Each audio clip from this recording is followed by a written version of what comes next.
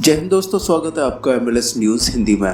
तो दोस्तों, इस्लामिक देशों के संगठन OIC में भारत के बढ़ते हुए प्रभाव को देखकर तुर्की अब बौखला गया है और जहां पाकिस्तान को फाइनेंशियल एक्शन टास्क फोर्स यानी कि FATF की ग्रे लिस्ट से बाहर निकालने के लिए कोई भी मुस्लिम देश शामिल नहीं हुआ, तो दूसरी तरफ अमेरिका, इजराइल और इस्लामिक देशों के बीच में शांति समझौते करवा रहा है। यहाँ दोस्तों, संयुक्त अरब अमीरात और बहरीन के बाद अब अमेरिका ने इजराइल और सूडान के बीच भी शांति समझौता होने का ऐलान कर दिया है। यानी कि अब इजराइल देशों के दुश्मन देशों को एक एक करके अमेरिका दोस्त बनाता जा रहा है और वहीं ऐसे में कट्टर मुस्लिम देश बनने का सपना पाले तुर्की के राष्ट्रपति अर्दोगन ने बड़ा आरोप लगाया है कि ये कोई शांति समझौता नहीं है, बल्कि मुस्लिम देशों को कमजोर बनाने की और उन्हें तोड़ने की बड़ी साजिश रची जा रही है। और अमेरिका की इस कोशिश से जहां मुस्लिम देश दूर होंगे तो वहीं इजराइल और भारत की जड़ें मजबूत होंगी। यहाँ दोस्तों आपको बता दें कि बौखलाए तुर्की ने जहर उगलते हुए अब कहा है कि इजराइल और भारत देश कभी भी मुस्लिम देशों के हितैषी नहीं हो सकते।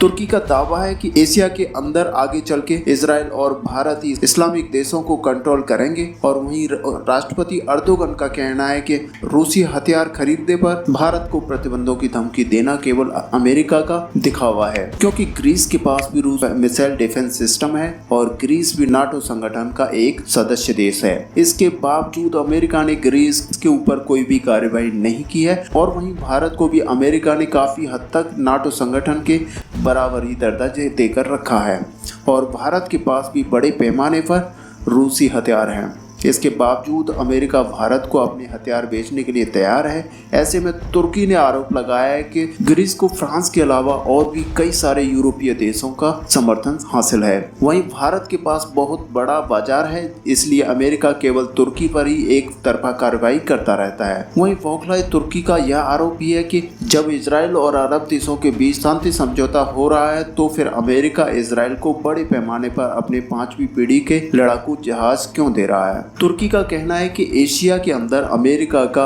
अपनी कमान इजराइल और भारत को देना चाहता है।